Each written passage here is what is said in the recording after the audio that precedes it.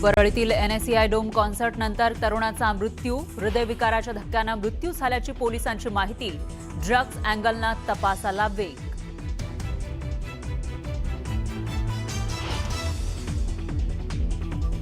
पुण्याच्या तुळापुरातील हाऊस पार्टीवर छापेमारी, लाखो रुपयांची दारू जप्त, तर पार्टीला आलेल्या 78 जणांवर गुन्हा दाखल.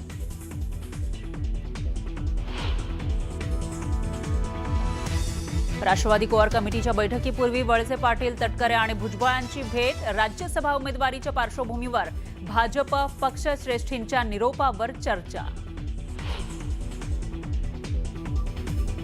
नाशिकमध्ये शिवसेना आणि भाजपचे संकटमोचक ॲक्शन मोडवर. विधान परिषद निवडणुकीच्या पार्श्वभूमीवर भाजपचे बंडखोर प्रसाद हिरे आणि गोकुळ गीतेंचे बंधू गणेश यांच्यासोबत सामंत आणि महाजनांची चर्चा.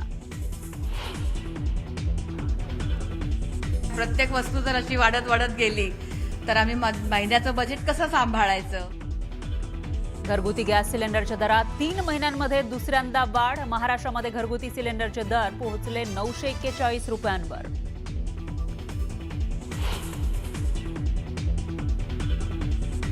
प्रधानमंत्र्यांनी सुरुवातीला सांगितलं की आम्ही महागाई नियंत्रित ठेवतोय, पण नियंत्रित याचा अर्थ टप्प्याटप्प्याने हा धक्का द्यायचा. पवारांची केंद्र सरकारवर टीका, तर आखातातील युद्धामुळे जागतिक पातळीवर इंधन दर वाढ. मुख्यमंत्र्यांचं स्पष्टीकरण. आणि 15 जूनपर्यंत पावसाची शक्यता कमी, शेतकऱ्यांनी पेरण्यांची घाई करू नये, मुख्यमंत्री कार्यालयाचं आवाहन.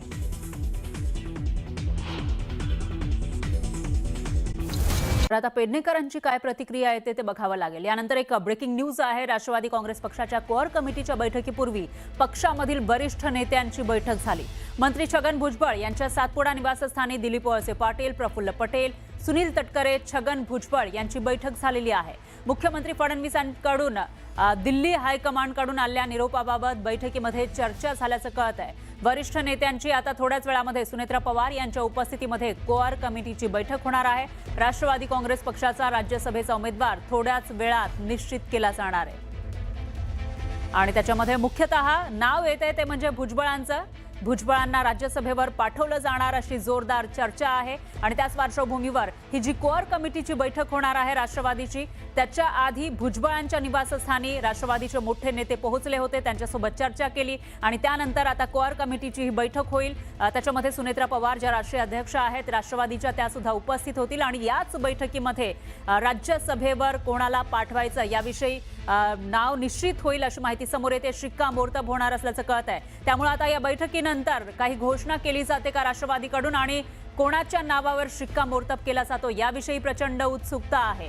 तर आताची सगळ्यात मोठी आणि महत्त्वाची अपडेट म्हणावी लागेल, राज्यसभेसाठी कोणाला उमेदवारी दिली जाणार, कोणाला खासदार बनवलं जाणार राष्ट्रवादीकडून, याविषयी वेगवेगळे तर्कवितर्क लढवले जात असतानाच भुजबळांचं नाव मात्र चर्चेत आलेलं आहे आणि त्यांनाच राज्यसभेवर पाठवलं जाणार असल्याची माहिती समोर येते आणि त्या संबंधित चर्चा करण्यासाठी त्याचबरोबर दिल्लीकडून जे काही वरिष्ठ नेते आहेत भाजपचे किंवा महायुतीचे, त्यांच्याकडून जो निरोप आलेला आहे त्यासंबंधी सुद्धा भुजबळांसोबत चर्चा केल्याची माहिती समोर आली आहे. आणि या सगळ्याविषयी अधिक माहितीसाठी आपल्या प्रतिनिधी प्रणाली कापसे आपल्यासोबत जोडल्या गेल्या आहेत. प्रणाली, काय सांगाल, ही कोअर कमिटीची बैठक नेमकी कधी होणार आहे आणि त्याच्यापूर्वी झालेली ही राष्ट्रवादीच्या मोठ्या नेत्यांची बैठक, काय अपडेट्स आहेत याविषयी?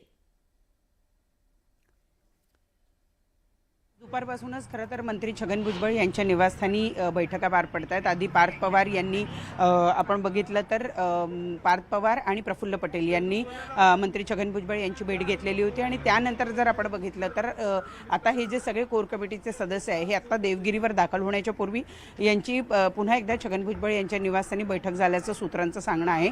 दिल्लीवरून जो काही निरोप आलेला आहे, कारण राष्ट्रवादीचा बऱ्यापैकी निर्णय झालेला होता, परंतु त्यांना दिल्लीवरनं ग्रीन सिग्नल येणं गरजेचं होतं आणि त्यामुळे तो आता जो काही निरोप आलेला आहे त्या निरोपाच्या संदर्भात मध्ये ही चर्चा झाली असल्याचं सूत्रांचं सांगणं आहे. आपण आत्ताच पाहिलं की सगळे कोर कमिटीचे जे काही सदस्य आहेत, निरोप नेमका काय होता याविषयी काही माहिती मिळाली आहे प्रणाली?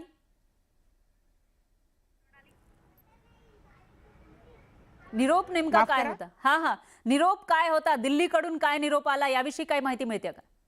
बघितलं तर असं आहे की राज्यसभेची जागा जरी सुनेत्रा पवार यांची रिक्त झालेली जागा म्हणजे राष्ट्रवादीच्या कोट्यातली जरी जागा असली तरी राज्यसभेवर जर मतदान झालं निवडून यावं लागलं तर भाजपची मतं ही जास्त आहे आणि त्यामुळं जो कोणी राज्यसभेवर राष्ट्रवादीकडून जाणारा सदस्य आहे त्या सदस्याला भाजपकडनं ग्रीन सिग्नल मिळणं अपेक्षित होतं. कारण आपण जर बघितलं तर मंत्री छगन भुजबळ यांनी अगदी पहिल्या दिवसापासून एक अट अशी टाकलेली होती की माझं मंत्रिपद जे आहे जर मी राज्यसभेत जायला तयार आहे 2 वर्षाची ही राज्यसभा आहे मी दिल्लीत जायला तयार आहे परंतु माझं मंत्रिपद जे आहे ते माझ्या पुतण्याला दिलं जावं अशी त्यांची एक मागणी होती. आता या मागणीच्या संदर्भामध्ये दिल्लीवरून काय उत्तर आलेलं आहे की स्वाईप केला जातो. स्वाईप म्हणजे काय तर छगन भुजबळ हे राज्याच्या मंत्रिमंडळातच राहतील परंतु त्यांचे पुतणे यांना या 2 वर्षासाठी राज्यसभेवर पाठवलं जातं का की तिसऱ्याच कुठल्या व्यक्तीचं नाव येतं ज्याची शक्यता खरं तर आत्ताच्या घडीला फारच कमी आहे.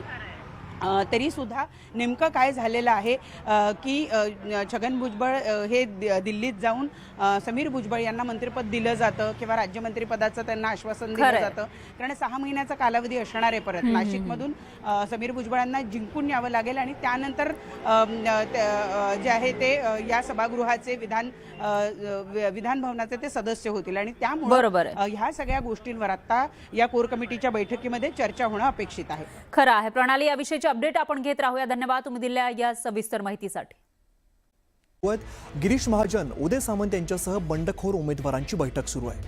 प्रसाद हिरे आणि गोकुळ गीतेंच्या वतीने गणेश गीते दाखल झालेले आहेत तर दोन्ही बंडखोरांचं बंड रोखण्यासाठी अंतिम अध्याय सुरू झालेला आहे. सकारात्मक निर्णय होणार अशी माहिती सूत्रांकडून येते.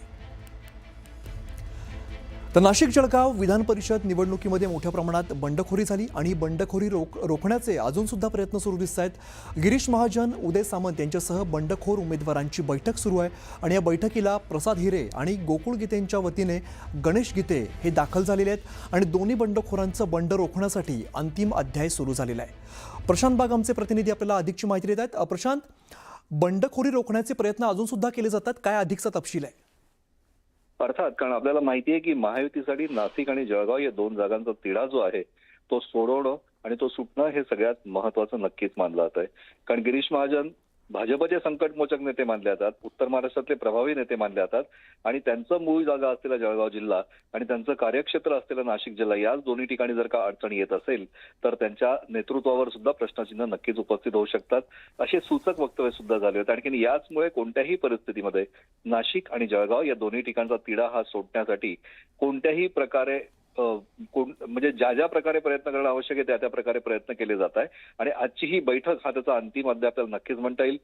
आता नाशिकला गोविंदनगर भागामध्ये जी बैठक सुरू झाली त्याच्यामध्ये गिरीश महाजन, प्रसाद हिरे हे एक बंडखोर उमेदवार तेही पोहोचलेत, गोकुळ गीतेंचे भाऊ गणेश गीतेही पोहोचलेत, उदय सामंत एक काही मिनिटातच या बैठकीत सुद्धा जॉईन होणार आहे आणि याचमुळे उदय सामंत, गिरीश महाजन या दोघांच्या संयुक्त प्रयत्नातनं आज या बैठकीतला अंतिम अध्याय किंवा तिढा सुटेल असं आपल्याला नक्कीच म्हणता येईल. जी माहिती आपल्याला समजते त्यानुसार सकारात्मक निर्णय हा दोन्ही ठिकाणी होईल. बरोबर, निर्णय सकारात्मक होतो काय पाहणं महत्त्वाचं असेल. प्रशांत, धन्यवाद या सगळ्या सविस्तर माहितीसाठी. आज सलग दुसऱ्या दिवशी जोरदार पाऊस आणि वादळी वाऱ्यामुळे हाहाकार माजलेला आहे. शहराला सोसाट्याच्या वाऱ्यासह मुसळधार पावसानं 1 तास झोडपून काढलं. काही ठिकाणी झाडं पडली तर घरांची देखील पडझड झालेली आहे. विजेचे खांब कोसळल्यामुळे वीज पुरवठा काही काळ खंडित झाला. पाऊस आल्यामुळे शेतकऱ्यांमध्ये समाधानाचं वातावरण सध्या निर्माण झालंय. तर मनमाडमधली आपण ही दृश्य बघतोय. सलग दुसऱ्या दिवशी सुद्धा मुसळधार पावसाने हजेरी लावलेली आहे.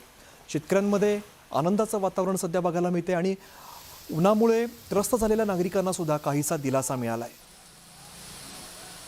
मात्र या पावसामुळे, अचानक आलेल्या पावसामुळे अनेक ठिकाणी नुकसान सुद्धा झालेलं आहे.